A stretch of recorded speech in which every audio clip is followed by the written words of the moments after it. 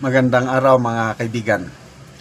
Bigyan natin ng reaction opinion itong article ng Manila Times tungkol sa isang survey na napakataas ang approval rating ng Pangulong Marcos Jr. Wow! Galing! Tanong, anong survey group? Okta? Tangerine? Ito, first time kong marinig itong survey group na ito. Okay. Title, Filipinos Support President Survey. Mataas, oh. President Ferdinand Marcos Jr. continues. Anong continuous? Sandali, medyo, ayan.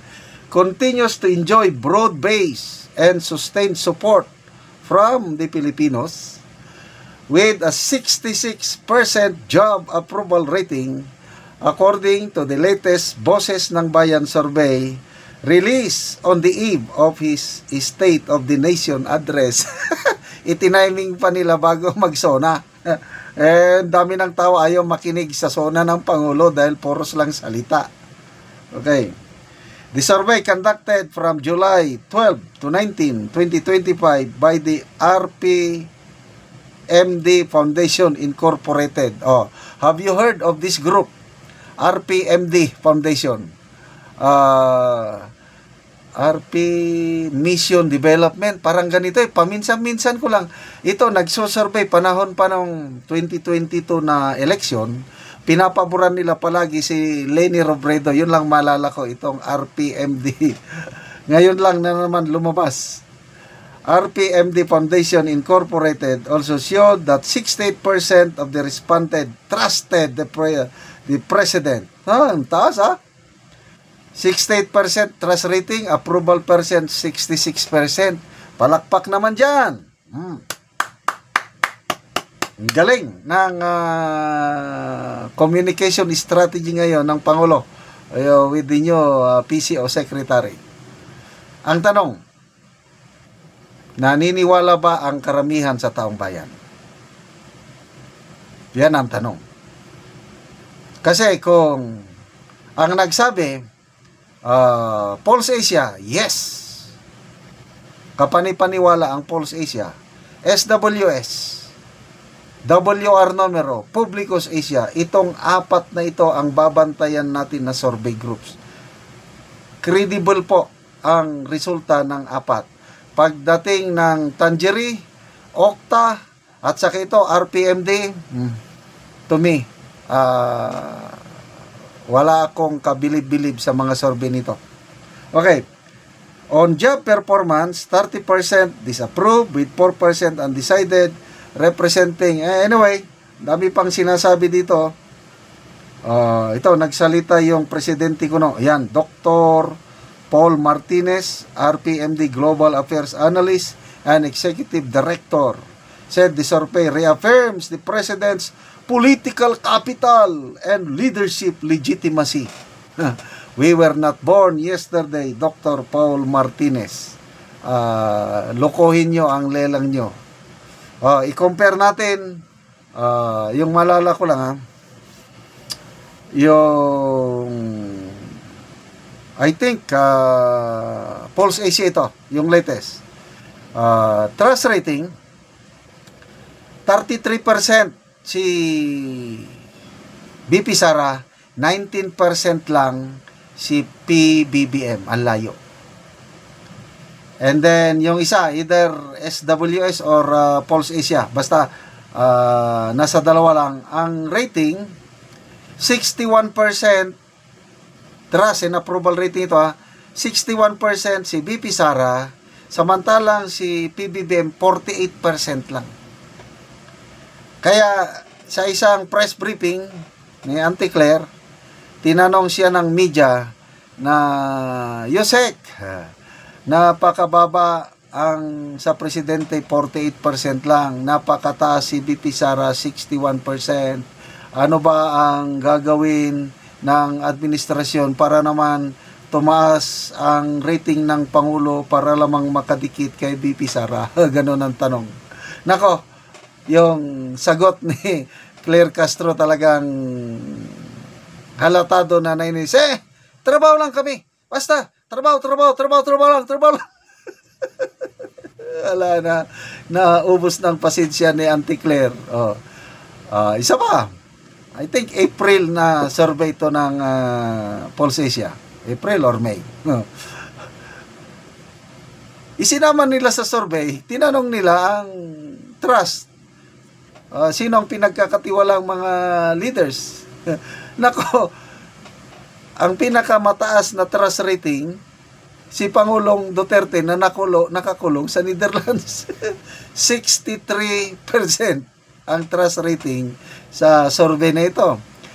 Si BP Sara, 50% lang, samantalang si PBBM, ito, memoryado ko ito, 32% lang, halos kalahati. PRRD, 63%. BBM, 32%.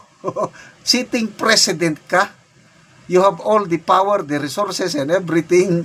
Tapos ito, ipinakulong mo, naka 62%. Anong ibig sabihin yan? Ang dami ng nadidismaya sa Pangulo. Magbasa tayo sa mga comments. Lalo na itong latest nung bumalik siya galing sa Amerika. Marami nang dismayado yung from 20% na ipababa niya ng 19. Sabi niya, that's a significant achievement. Dapat magpasalamat kayo sa akin. Tapos, 0. Tayo magbayad ng buwis 19% sa mga export products natin sa Amerika. Samantalang ang Amerikano, 0 ang babayaran nila sa atin. Tapos, significant achievement daw yun. Wala na, dismayado ng taong bayan doon. Sabi nga ni Senator Lacson, the worst insult that could happen. Ay, nako. Pagbalik siya sa Pilipinas, siging baha. Anong sabi niya? That's new normal. Baguhin na natin ang ating pag-iisip. Ganyan na talaga, wala na tayong magagawa. Anong klaseng presidente? Ay, nako. Nandyan pa yung controversy ng Tantoco Coke overdose. Nagkapatong-patong na ang mga issue sa administration, tapos sabayan pa ng survey na 66% approval rating, 68% trust rating, the president continues to ay nako, lokoy niyang lelang nyo. We were not born yesterday. Ang taong bayan hindi nyo na maloko ngayon dahil panahon na ito ng social media. Good luck sa sona ng Pangulo na ayaw kong pakinggan. Okay, salamat sa inyong pagsubaybay mga kaibigan sa ating channel. Nakakatulong kayo ng malaki sa Tribong Talandig. Dahil ang sweldo natin sa channel na ito pantulong sa tribo. Namimigay tayo ngayon ng mga libreng yero at pako para makapagpatayo itong tribo ng mas maayos na tirahan. Panoorin nyo ang video na ito. Natagaan og sin o karon mag-atop na gid siya. Magdali-dali siya sa pag-atop kay kaulanon na mangyod.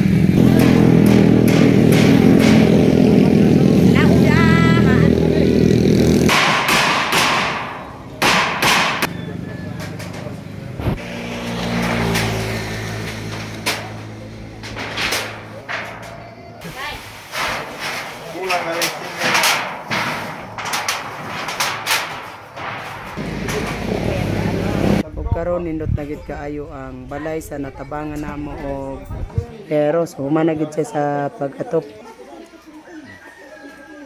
Unang-una, nagpasalamat ko sa Ginoo o sa nagatag og sin karon human gid ang akong balay. Daghang salamat. Ay, pila naman ka katuig nga nakigpuyo lang sa imong amahan o ginahan? Napulo na. Napulo na katuig nga nakigpuyo lang ka. Nga naman nga karon pa man ka nakabalay nga napulo na katuig sa imong pagkigpuyo lang sa imong amahan o ginahan. Tungod sa kalisod. Wala ko nakabalay karon pa ko sa tagang ko tabang maong sin. Okay. Kung wala ang tabang sa sin, di pa ko makabalay tungod sa kalisod. Oo. Sa karon pasalamat kay Norman na gyud. Oo, so karon pa ka nakasukad sa sukad, ay pa kaig ka nakabalay. Nga naay tabang. Kay kung wala pang tabang dili pa ka kabalay. Di pa gyud makabalay. Oo. So salamat kayo ya. Salamat kayo. So nindot na gid kayo ang iyang balay. Yan ang